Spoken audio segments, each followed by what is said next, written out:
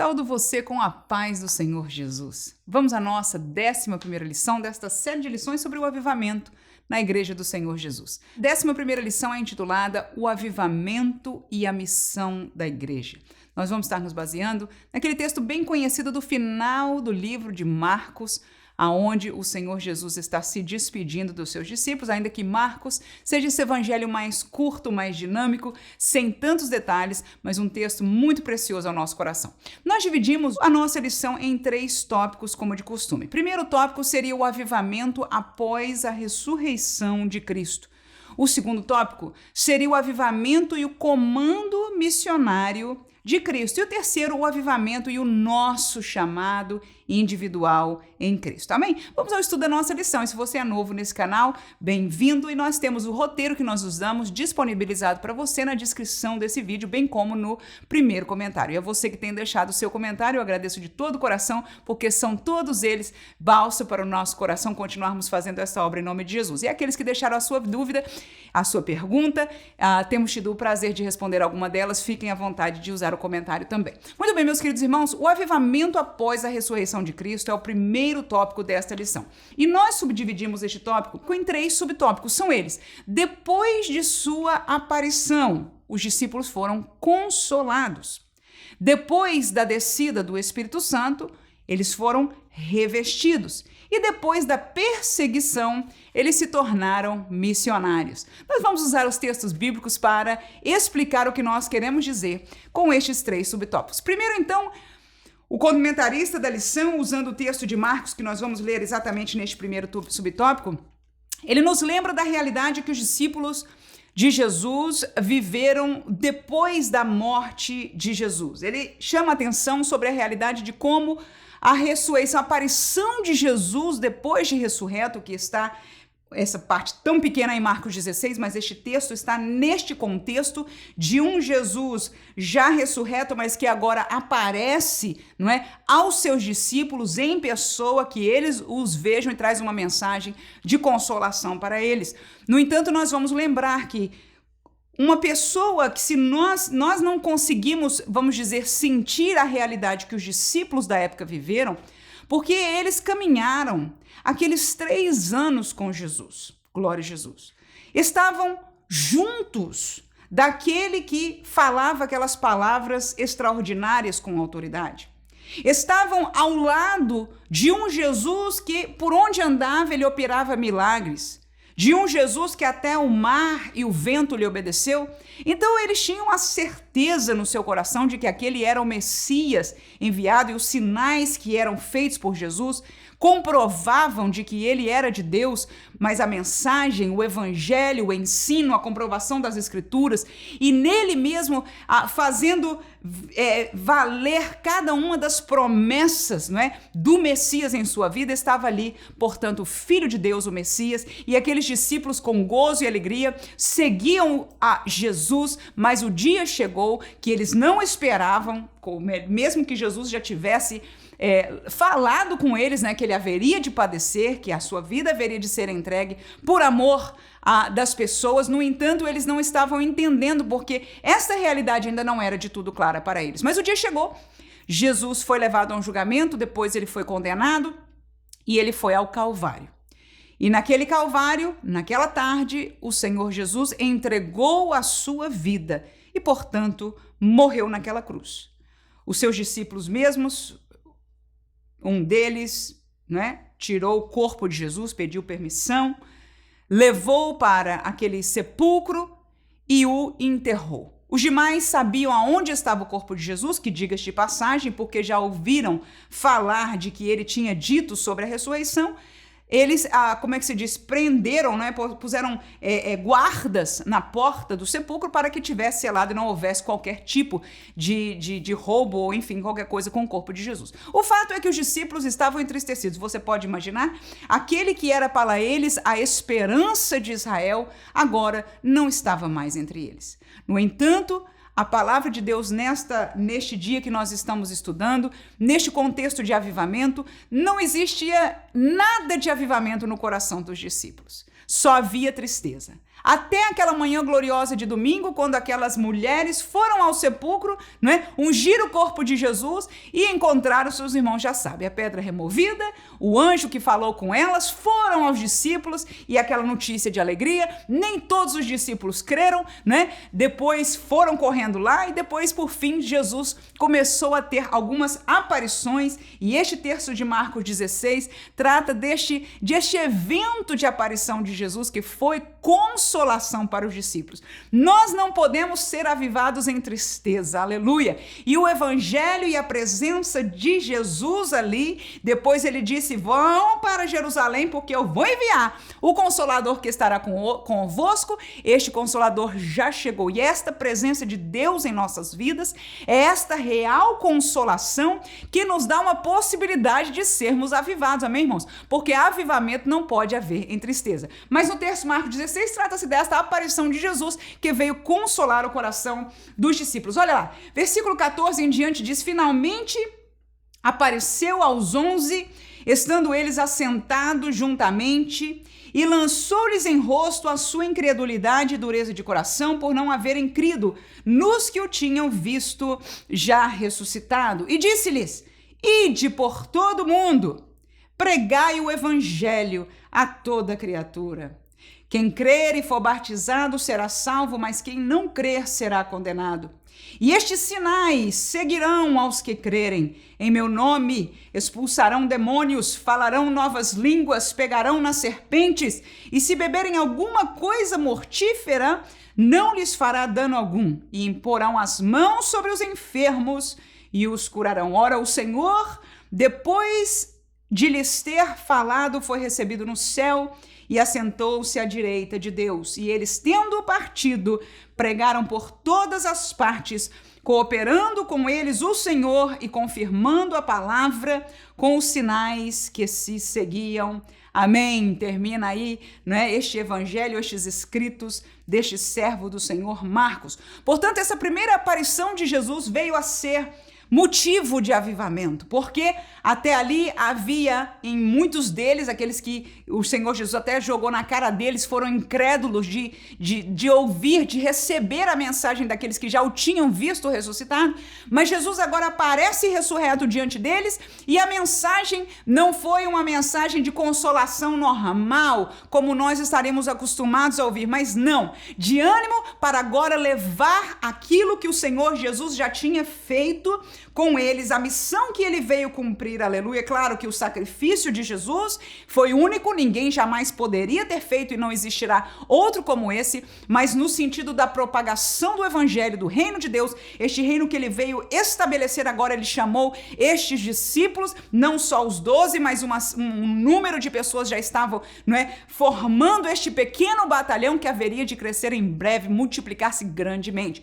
E o Senhor Jesus disse, logo de cara, o vosso campo, aleluia, não é só aqui, só neste versículo, claro, muito resumindo, ele disse, ide por todo o mundo. Então, a comissão de Jesus ali foi grandiosamente desafiadora, porque Jesus não disse, comecem já a pregar em Jerusalém. Não, a palavra foi, vão por todo o mundo e preguem o evangelho. Aí ele diz, olha, quem crê e for batizado será salvo. Depois ele fala dos sinais. Ora, irmãos, vamos nos lembrar de que estes discípulos com quem Jesus falou estavam acostumados a andar do lado de Jesus e a ver os sinais. Alguns deles até provaram ser veículo de sinais e vieram quando eles foram pela primeira vez comissionados, lembra? Jesus mandou eles pregarem o evangelho sozinho, de 2 em 2, e eles voltaram com grande gozo ao Senhor, dizendo, olha, os demônios foram expulsos quando nós, né, expulsamos, e o Senhor Jesus deu graças a Deus, muito bem, mas alegrem-se primeiro pelo vosso nome está escrito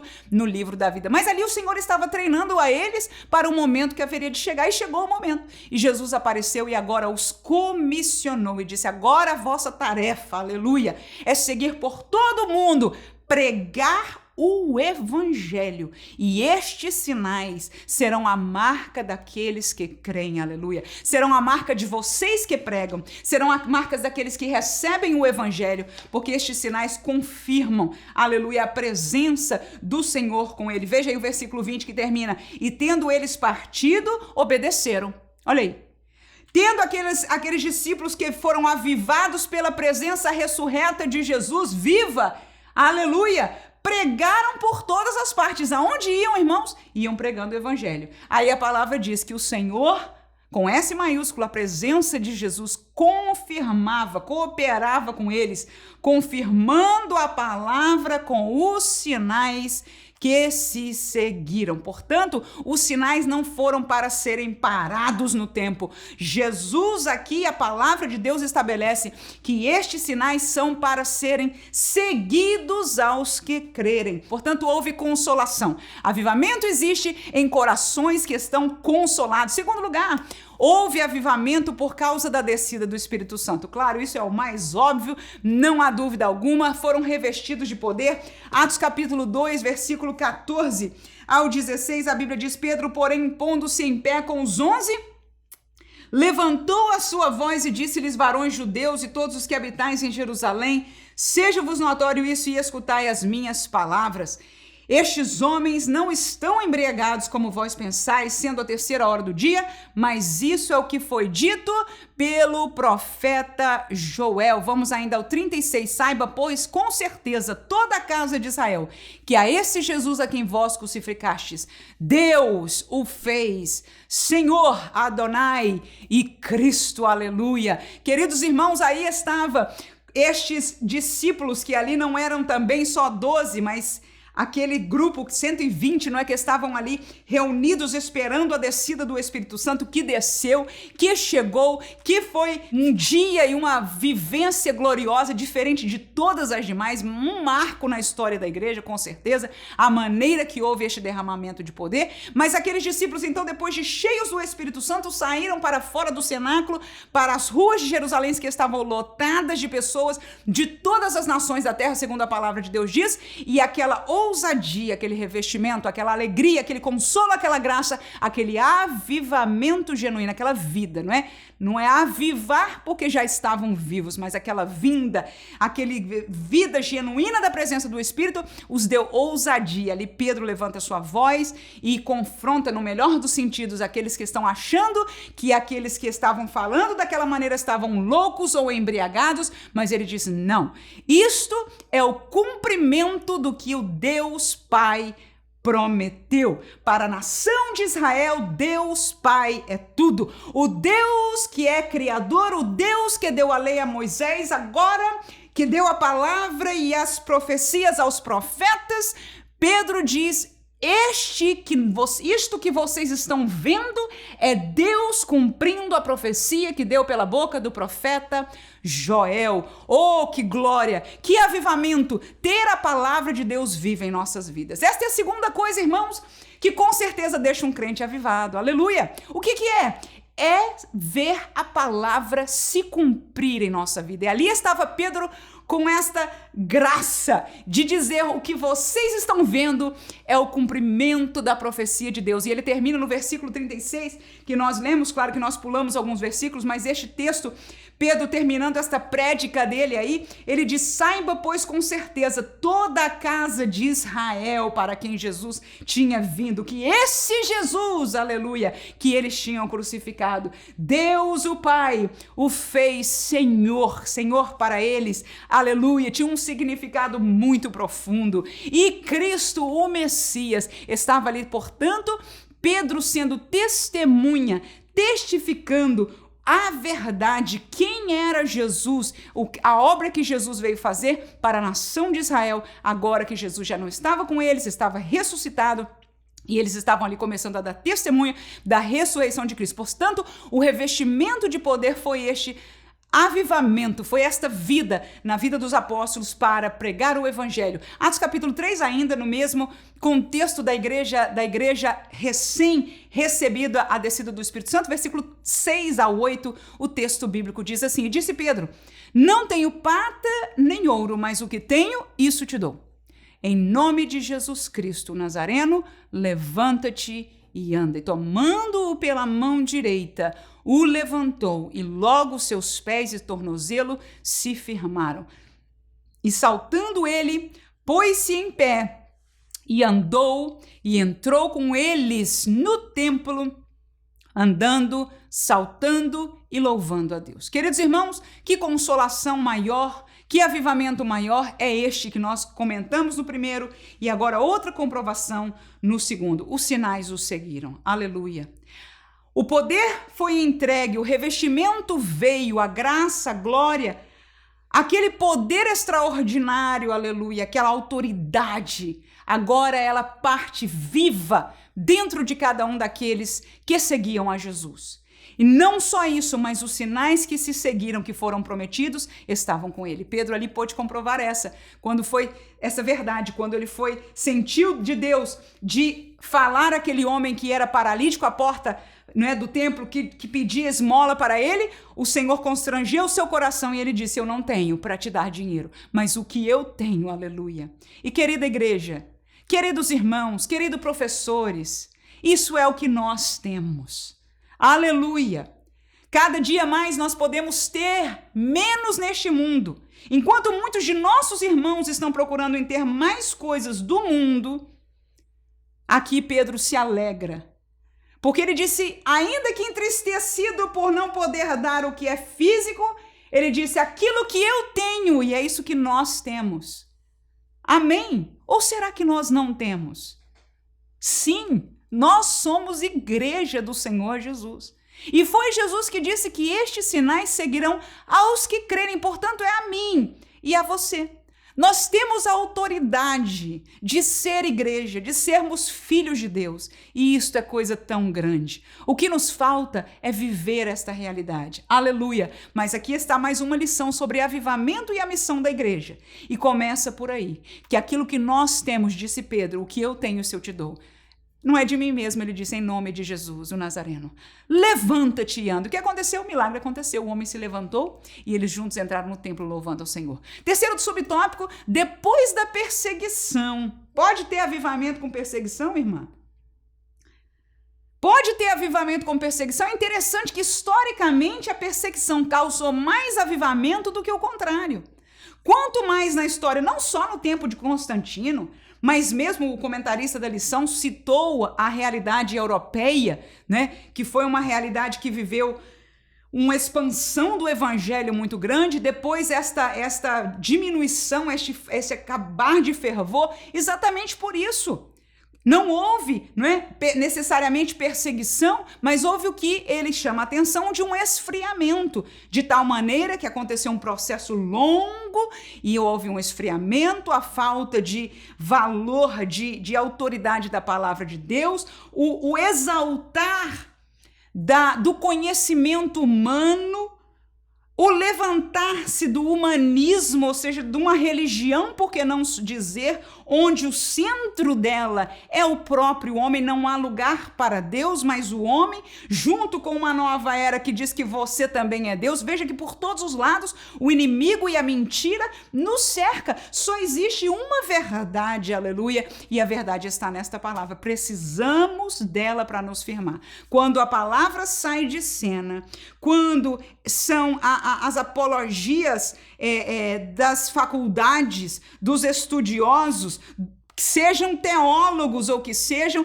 e tomam o lugar da vida desta palavra, glória a Jesus, o esfriamento vai acontecer. Porque esta palavra disse Jesus, vocês erram porque não estão conhecendo as escrituras nem o poder de Deus. A realidade do conhecimento desta palavra e do poder são casadas e inseparáveis, glória a Jesus. Quem pode dizer amém?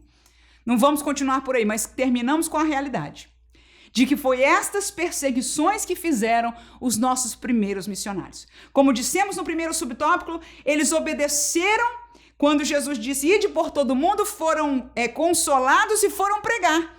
Mas havia um texto bíblico, que nesse caso, na época, eles só ouviam de Jesus, O comando de Jesus está em Atos 1:8, que falava para eles levarem o evangelho a toda Jerusalém, Samaria, Judéia, até o quê? Os confins da terra. E o que aconteceu? É que naquele tempo, eles não foram para lugar nenhum, ficaram ali em Jerusalém. Aí a perseguição apareceu. Olha lá em Atos capítulo 8, versículo 1, diz o texto o seguinte, também Saulo consentiu na morte dele, era Estevão, E fez-se naquele dia uma grande perseguição contra a igreja que estava em Jerusalém, olha aí.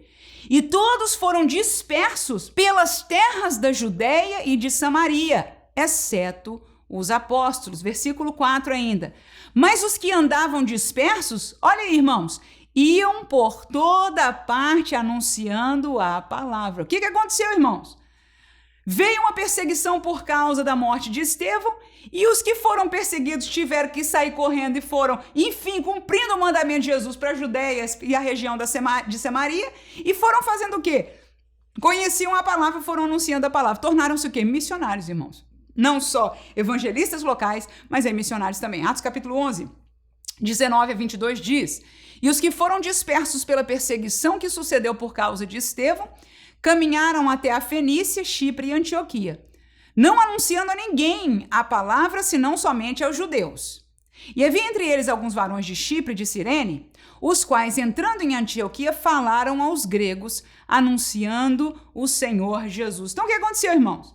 Um levou a palavra até um lugar, aí depois esses foram espalhados para outra parte, aí esses que foram para outra parte não falaram para os judeus. Mas aí esses que já vieram daqui, que já foram fruto do evangelismo, foram lá e começaram a pregar o evangelho para os gregos. De maneira que esta perseguição causou com que os irmãos, mesmo em sofrimento, com certeza estar fora da sua casa, fugido, é por longe uma situação ideal. Mas, queridos, não importa a nossa condição onde nós estejamos, o evangelho ninguém tira de nós. A nossa nova vida em Cristo, a nossa salvação, o nosso crer nesta palavra, o conhecimento da palavra e até mesmo esta própria palavra, enquanto não tirarem da minha mão e se tirarem por força, aquilo que estiver ainda na minha cabeça, no meu coração, vai ficar porque ninguém pode tirar, aleluia, de nós aquilo que o Senhor nos tem concedido. E estes irmãos, apesar dessa situação tão infortuna, de sofrimento, ninguém tirou deles a alegria da salvação, a verdade da palavra e a esperança que há no novo nascimento em Cristo. Portanto, por onde eles iam, eles espalhavam o quê? Essa realidade, o caminho estreito, a Jesus e Jesus ressurreto, a um Jesus que opera maravilhas, a um reino que por fim tinha chegado o cumprimento da palavra, da profecia de Deus para aquelas vidas. Glória a Jesus. Portanto, está aí. Após a ressurreição de Cristo, houve este avivamento por essas causas que nós citamos. Segundo tópico, nós vamos falar sobre o avivamento e o comando missionário de Cristo. Em primeiro lugar, as missões locais. Em segundo lugar, as missões regionais. Terminaremos com as missões transculturais. Missões locais, Atos 1 e 8. Mas recebereis a virtude do Espírito Santo que há de vir sobre vós, e ser-me-eis testemunhas, tanto em Jerusalém como em toda a Judéia e Samaria e até os confins da terra. Este texto de Jesus ressurreto ante a sua ascensão, portanto, no tempo que ele apareceu vivo, aqui estando, aos aqui estavam ainda vivos na terra. Então ele deixa esta palavra e diz: vão receber a virtude do Espírito Santo. Esta virtude está se tratando do batismo no Espírito Santo, do revestimento de poder, cujo propósito principal é esse: para sermos testemunhas. E aí está a menção local. O primeiro lugar deste ser testemunha é na nossa Jerusalém. Para aqueles discípulos que viviam ali, é na sua cidade, é no local onde você vive, é com as pessoas que nós trabalhamos, é com as pessoas que nós estudamos, é com as pessoas que estão ao nosso redor. Nós precisamos ser luz, ser sal e levar esta palavra e testemunhar. Glória a Jesus, nós vamos falar um pouquinho mais sobre essa realidade de testemunho no último tópico. Mas está aí o chamado de Jesus para as missões locais. Atos capítulo 5, versículo 28 ainda diz: não vos admoestamos nós expressamente que não ensinasseis neste nome? E eis que enchestes Jerusalém dessa vossa doutrina. Aleluia! E quereis lançar sobre nós o sangue deste homem. Está aí, irmãos, a cúpula religiosa que chama os discípulos do lado e falou: já prendi vocês, já bati e já falei para vocês que não ensinem mais nesse nome. Que nome? O nome de Jesus. Aí olha o que eles disseram, olha o testemunho que eles deram: vocês já encheram Jerusalém dessa doutrina. Irmãos, vamos encher a nossa cidade da doutrina do Senhor? Doutrina é o conhecimento da verdade. Nós não precisamos erguer o dedo em riste, nós precisamos ensinar a doutrina. Nós precisamos fazer duas coisas. Nós vamos falar um pouquinho mais no terceiro tópico, mas vamos aproveitar essa palavra da doutrina aí. A primeira é testemunhar. É o que Jesus fez por mim, né? Aquilo que eu vi, aquilo que eu tenho visto e ouvido. Isso chama-se testemunho. Usando palavras bem bíblicas. O que eu tenho visto e ouvido, é isso que eu vou falar. Aqui em testemunho num tribunal. Testemunho o quê? Aquilo que ele viu, aquilo que ele ouviu. E é o que nós temos que fazer, nada mais, irmãos. O que é que você tem visto? O que é que você tem ouvido de Deus? Este é o teu testemunho. Mas os mestres aí, os grandes da religião falaram, vocês encheram Jerusalém dessa vossa doutrina. O que é doutrina? É o ensinamento, é as palavras, é a realidade que esse homem, ele falou assim que vocês estão querendo nos lançar agora em mãos o sangue deste homem, vocês estão culpando a nós pela morte desse Jesus. Então veja que os discípulos também, achei interessante que nem eu pensei nisso aí primeiro, tô vendo aqui agora. Os discípulos não deixaram de falar toda a verdade. Para aqueles que eram cúmplices, agora eu me lembrei que a primeira pregação aqui de Pedro, ele menciona uma coisa dessa também. De que vocês o crucificaram, ou seja, ele não deixou de lançar em rosto a verdade. Lembra que Jesus falou, vocês estão fazendo como vossos pais fizeram, que mataram os profetas, não quiseram receber a voz de Deus. Então nós carregamos essa doutrina de um mundo que a gente tem que dizer a verdade. O que vocês não querem é obedecer a Deus, você não quer se submeter a Deus, mas a doutrina ensina que há um Deus, aleluia, que há um Deus criador, que há um Deus que não aceita o pecado e que infelizmente aquela escolha que está fazendo, de acordo com a palavra deste Deus, é errada e é pecado. Mas essa doutrina de Jesus também diz que ele veio para solucionar isso, para dar vida, para te dar alegria, para te dar liberdade. Você pensa que você está em liberdade? Não, você está preso no pecado. Porque a verdade acontece no fim do dia, na madrugada, aonde a alegria passageira se foi e você encontra com a realidade do seu eu. E você está buscando ajuda em todos os lugares. Está buscando consolo, está buscando alívio em tudo, nas drogas, no ocultismo, nos aconselhamentos. Eu quero te dizer que há um caminho, esta é a doutrina do Senhor, aleluia. E tudo que nós falarmos sobre esta palavra, porque a doutrina do Senhor é todo o ensino do Senhor, é o caminho do Senhor, é o ensino sobre o Senhor Jesus. E agora estes líderes falam, vocês encheram a cidade deste conhecimento. Então nós não precisamos necessariamente pregar, mas aquilo que nós conhecemos de Deus, nós falamos naturalmente, porque é assim que a palavra de Deus diz. Você está no trabalho, você está numa realidade, é assim por quê? Não, verdadeiramente a palavra de Deus diz assim, estamos enchendo da doutrina e quando temos oportunidade, colocamos a realidade como completa e anunciamos o evangelho. Glória a Jesus, missões locais. E agora, só fomos chamados para as missões locais? Com certeza não, já vimos texto suficiente, né, irmão? Mas vamos caminhar aí didaticamente nos tópicos, falar das missões regionais. Aconteceu ali em Atos também, capítulo 8, já falamos um pouco dele, mas de 5 a 8, descendo Filipe à cidade de Samaria, lhes pregava a Cristo. Versículo 6, e as multidões unanimemente prestavam atenção ao que Filipe dizia, porque ouviam e viam os sinais que ele fazia. Porque os espíritos imundos saíam de muitos que os tinham, clamando em alta voz, e muitos paralíticos e coxos eram curados. E havia grande alegria naquela cidade. Irmão, sabe de uma coisa? Eu posso ser muito sincera com você. E eu vou ser sincera com você sendo sincera comigo. Nós precisamos voltar a ser crentes, irmãos.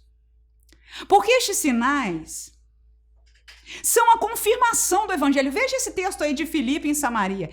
As pessoas ouviam a ele, as pessoas estavam atentas, porque ouviam. Primeiro, alguém estava falando alguma coisa, mas havia a confirmação pelos sinais, irmãos. E olha, há um tempo atrás, a gente não tinha muita, sempre teve, né? Mesmo eu vivi no Brasil, agora aqui nos Estados Unidos, não há falta, entre aspas, de manifestações diabólicas para haver expulsão, mas parece que ultimamente, irmão, está se levantando mais ainda.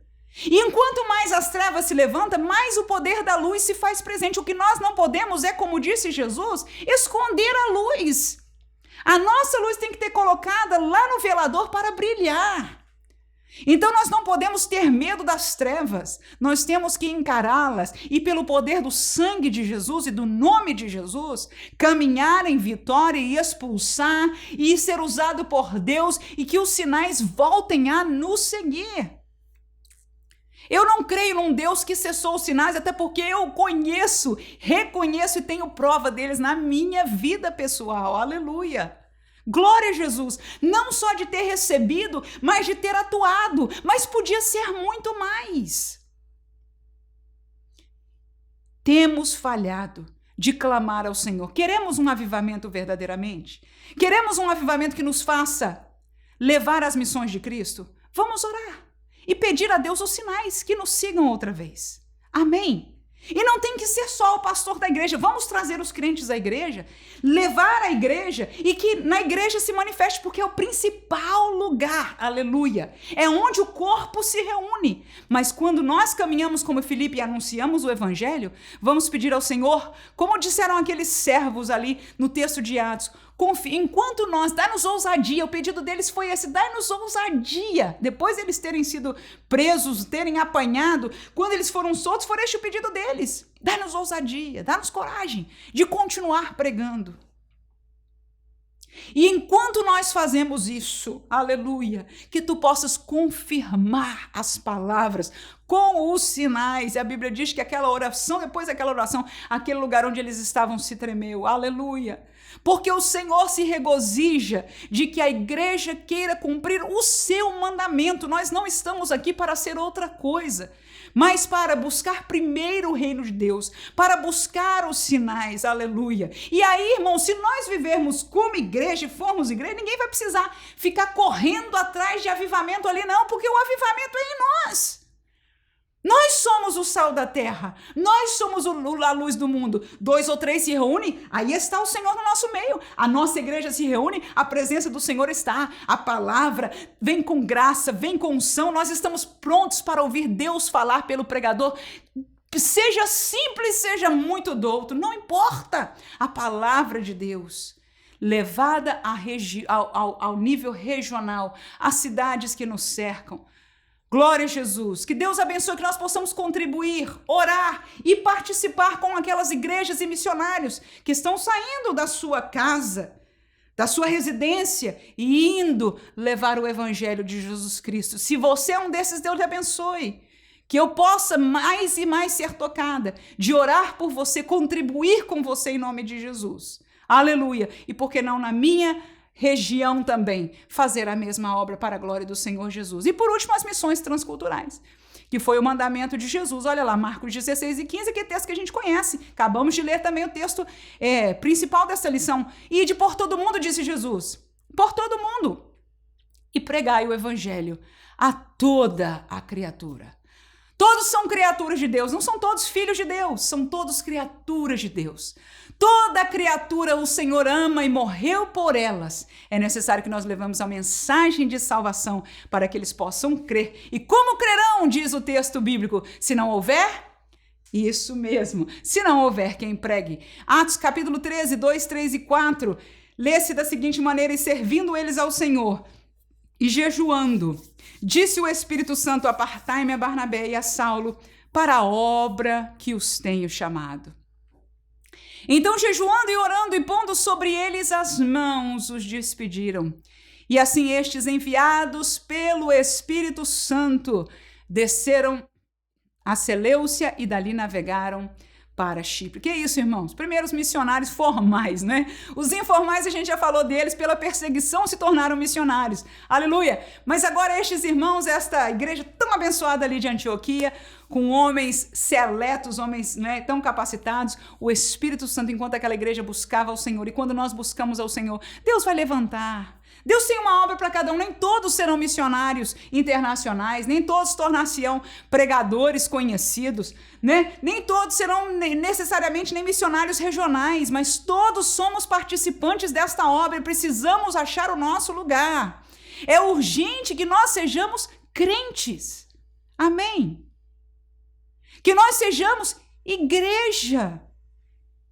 Que nós sejamos estes que levam a palavra e os sinais para a glória do nome de Jesus. Agora aí o que aconteceu? O Espírito Santo levantou, tocou, né, na igreja e disse: apartai-me, na liderança da igreja, aparta a Barnabé e a Paulo para a obra que os tenho chamado. Para eles eu tenho uma obra especial, eles vão a todo mundo, e a igreja foi com eles.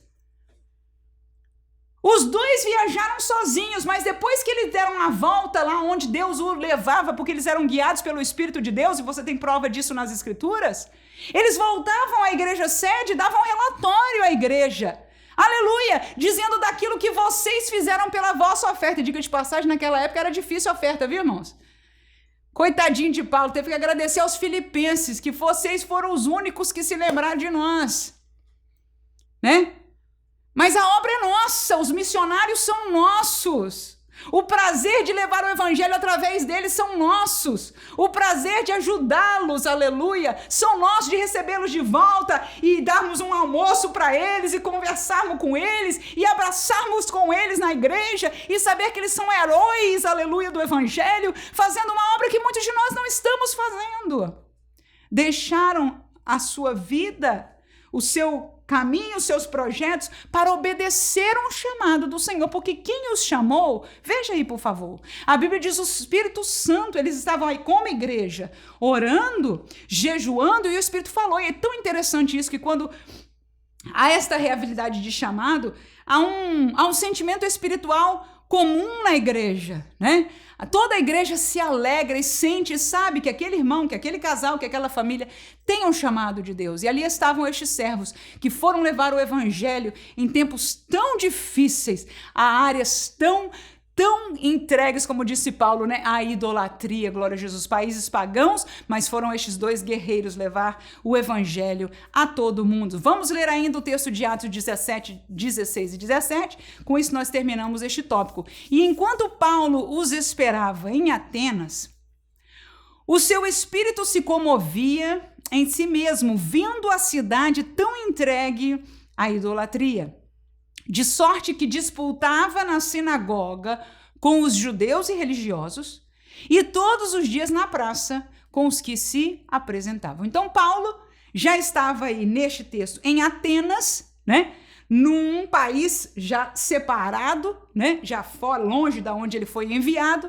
E agora ele ia sempre, como de costume, procurava as sinagogas para levar a palavra aos judeus. E ele estava ali nos sábados, né? Nas sinagogas, na sinagoga junto com os judeus, quando se reuniam, ele estava disputando, ele estava falando sobre Jesus Cristo, né? Ele estava falando sobre o Messias que havia vindo. No entanto, a Bíblia diz aí, todos os dias na praça, com quem se apresentava, Paulo chegava junto para conversar, para falar da salvação. E neste texto aí, neste contexto, nós conhecemos as grandes pregações de Paulo. Isso está no livro de Atos dos Apóstolos. Terminamos com o nosso avivamento e o chamado em Cristo. Nosso chamado em Cristo. O que é que eu e você somos chamados a fazer no sentido das missões? Glória a Jesus. Como falamos, missões locais, missões regionais e missões transculturais. Uma vez que é estabelecido de que o Senhor separa somente alguns para as missões transculturais.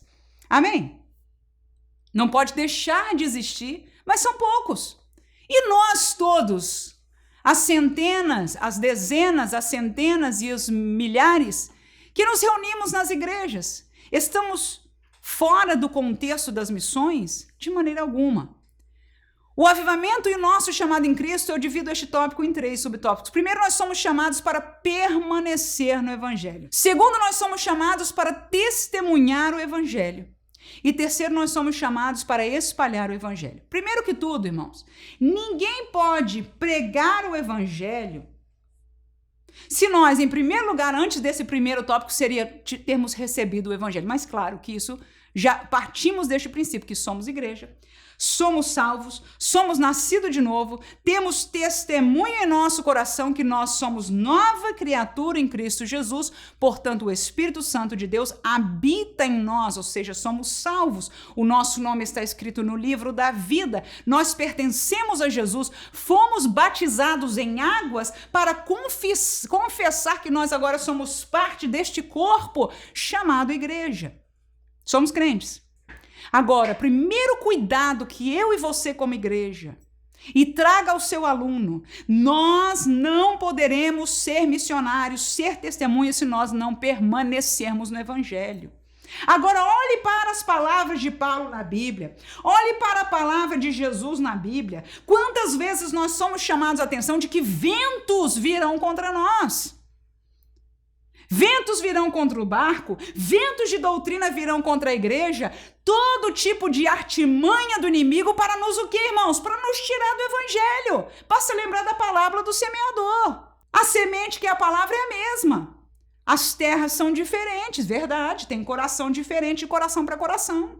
Nem todo mundo vinga igual por causa do coração. Mas houve um tipo que a Bíblia diz o quê? Que veio as aves e o quê? Levaram, roubaram a palavra. E você vê outros textos mais doutrinários bíblicos, esse é mais exemplificado no sentido de visual, mas de uma mesma verdade, de que o diabo trabalha para tirar a semente da palavra do nosso coração.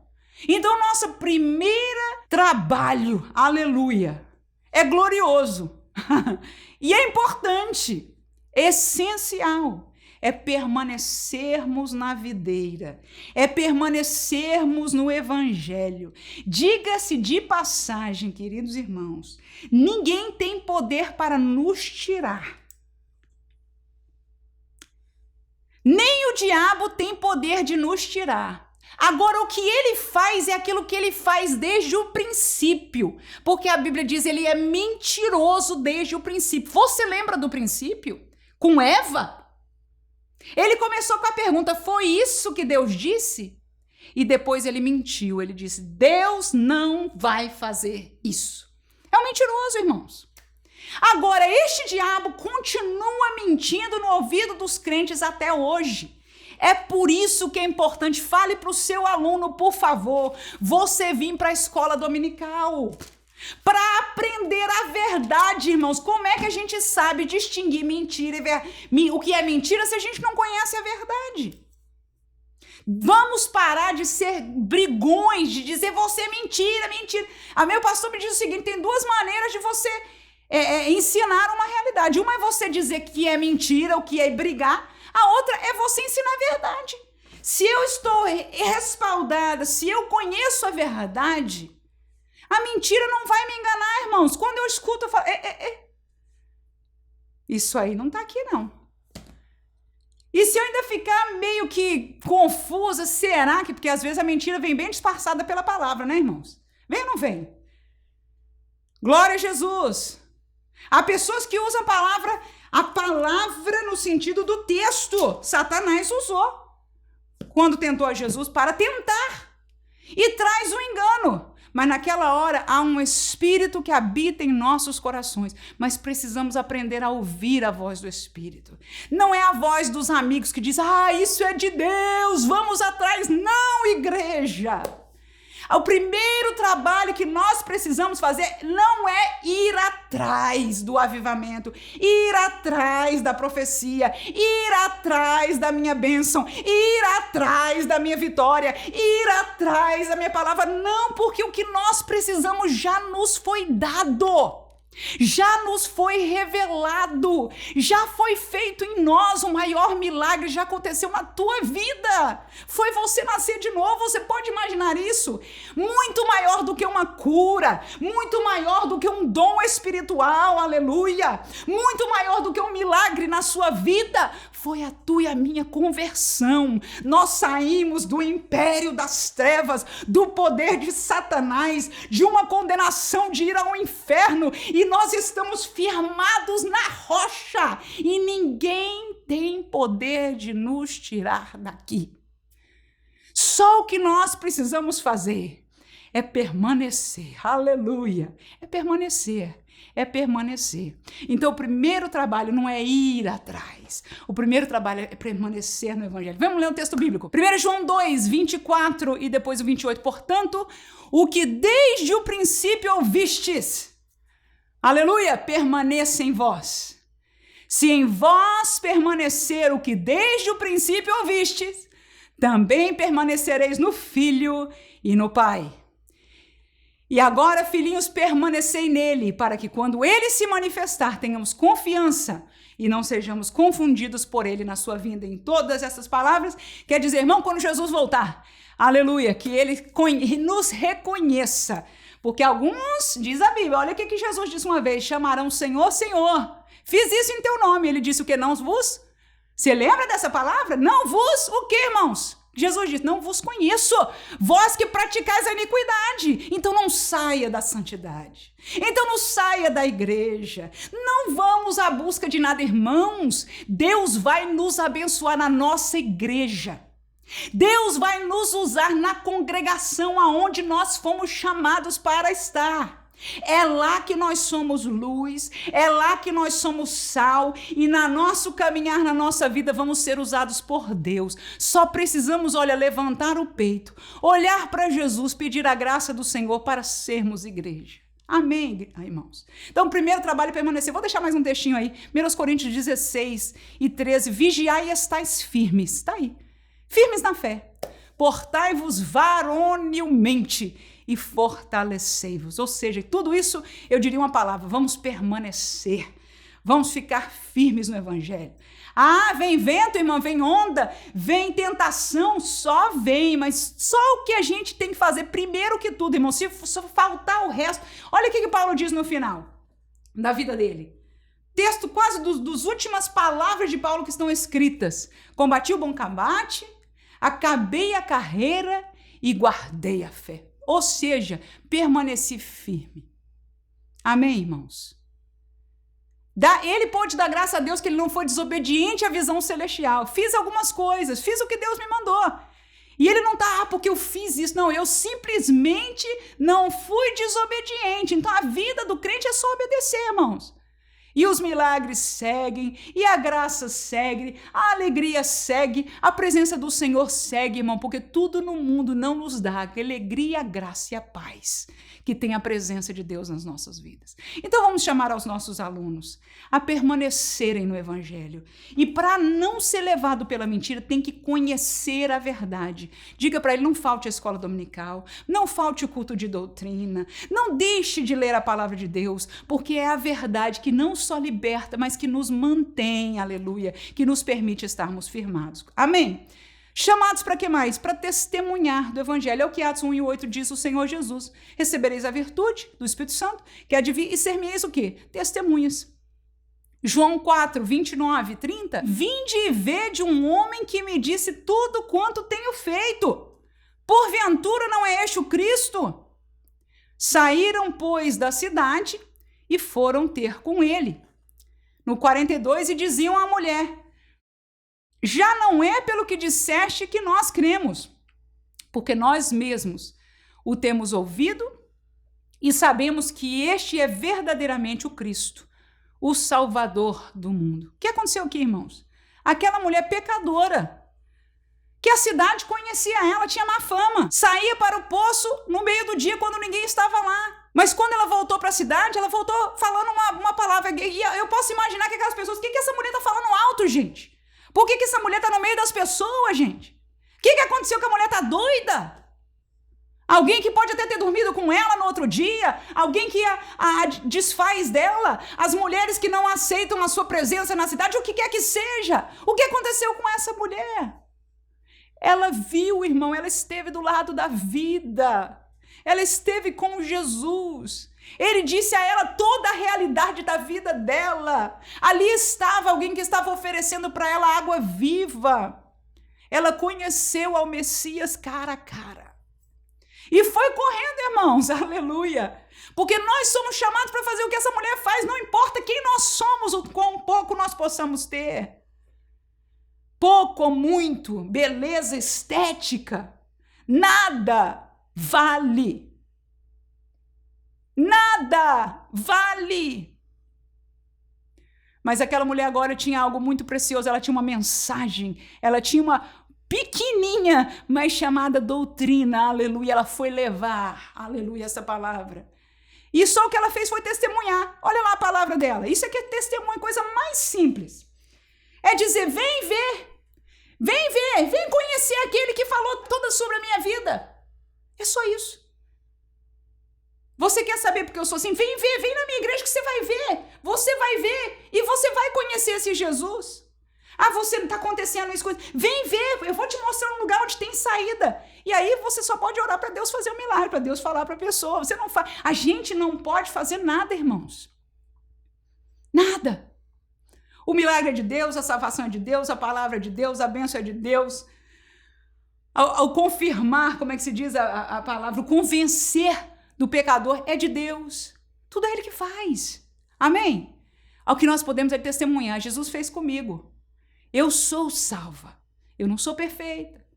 Eu tenho as minhas dificuldades, mas eu sou salva. Eu sou feliz. Aleluia. Eu sou completa. Eu tenho paz. O que quer que Jesus tenha te dado, você pode dizer para alguém. Este é o meu testemunho, venha ver. E aí, o que diz a Bíblia aí nesse texto que a gente acabou de ler? O pessoal foi lá conhecer Jesus, foi lá falar com Jesus, depois voltaram para a mulher e disseram, agora a gente já não crê nele pelo que tu disseste, porque verdadeiramente temos... Ô, irmãos, imagina que alegria dessa mulher, irmãos, imagina se fosse nós nesse lugar, de saber que a gente chamou para a igreja e agora estes que estão voltando convertidos falam, agora você não precisamos mais, a gente não crê só por aquilo que ele fez na tua vida, por aquilo que você falou, mas pelo que nós vivemos, pelo que nós aprendemos, pelo que nós recebemos e agora nós também somos novas criaturas porque cremos que este é o Cristo, o Salvador do mundo. Terminamos com a nossa última tarefa. Chamados para permanecer no Evangelho primeiramente, muito importante. Chamados para simplesmente testemunhar o que nós vivemos, que nós ouvimos e vimos. Amém? E por último, espalhar o Evangelho. Capítulo 4, 33 de Atos. E os apóstolos davam com grande poder testemunho da ressurreição do Senhor Jesus. E em todos eles havia abundante graça. O que eles testemunhavam? A palavra, agora praticamente doutrina, né? Que é a ressurreição de Jesus. Lembra de Jesus? Aquele Atos dos Apóstolos, fazia poucos anos da morte e ressurreição de Jesus. Lembra-se, né? Gamaliel falou, olha, não mexe com isso não, porque um apareceu e os seus seguidores desapareceram. Depois levantou-se outro, não se levanta contra eles para vocês não serem achados lutando contra Deus. Ora, esse Jesus era verdadeiramente Deus, glória a Deus. Era Jesus. E agora, os seus discípulos que não desapareceram como os outros, as outras farsas, né? Era o evangelho verdadeiro, continuaram seguindo e por toda parte davam testemunho da ressurreição. Este Jesus nós o vimos. O que é testemunhar? Falar do que você viu e você ouviu. Eles tiveram um privilégio que a gente não teve, né, irmãos? Nem nós conhecemos o Jesus físico, né? Nem nós o vimos ressuscitado. Glória a Jesus. Agora a gente também tem privilégios que eles também não viveram. Glória a Jesus. É assim que Deus fez as coisas da igreja. Amém. No entanto, eles podiam dar testemunho daquilo que eles viram, que é de um Jesus ressuscitado. Agora, Mateus capítulo 28, nós terminamos a nossa bela classe com este texto também tão clássico. Finalzinho, as últimas palavrinhas. Em Marcos, ele registrou o texto que nós lemos no começo e nós vamos terminar com palavras, o mesmo ide de Jesus semelhantes, registrado por Mateus, que diz o seguinte: portanto, ide, ensinai todas as nações, batizando-as em nome do Pai, do Filho e do Espírito Santo, esse é o batismo em águas, ensinando-as a guardar todas as coisas que eu vos tenho mandado. É a doutrina de Jesus, ensina elas a guardar. O que é guardar? É conhecer e permanecer. E eis, olha que Jesus disse também, é o mesmo texto, né? E eis que eu estou convosco todos os dias, até a consumação dos séculos. Amém? Somos chamados a espalhar este evangelho em todo o mundo. Quando Deus nos der a oportunidade, nós vamos. Se nós formos um Paulo e Barnabé comissionados, nós vamos. Mas mesmo que não sejamos para além-mar, a amar, nós somos comissionados para permanecer e para testemunhar e para espalhar o evangelho. Que Deus possa continuar usando a você. Se nós estamos como os discípulos entristecidos, quando começamos esta lição, falamos deles entristecidos, porque Jesus tinha morrido, até que de repente ele aparece ressurreto. Que o Jesus ressurreto possa reaparecer na sua vida. Claro que isso não é uma palavra herética, somente é uma menção de que ele possa voltar a trazer vida pelo Espírito a nós. De nos lembrar por estas palavras da posição que nós temos em Deus. De nos lembrar quais são os verdadeiros valores, porque a nossa sociedade e nós mesmos humanamente somos levados a trocar estes valores. Os nossos valores, irmãos, não são daqui. O nosso reino, disse Jesus, não é deste mundo. Então vamos passar por aqui como peregrinos, anunciando, testemunhando e sendo pessoas que levam, mesmo na nossa humanidade, o poder de Deus, porque os sinais seguem aqueles que creem. Que Deus abençoe e tenha misericórdia e graça sobre cada um de nós. Em nome de Jesus, amém.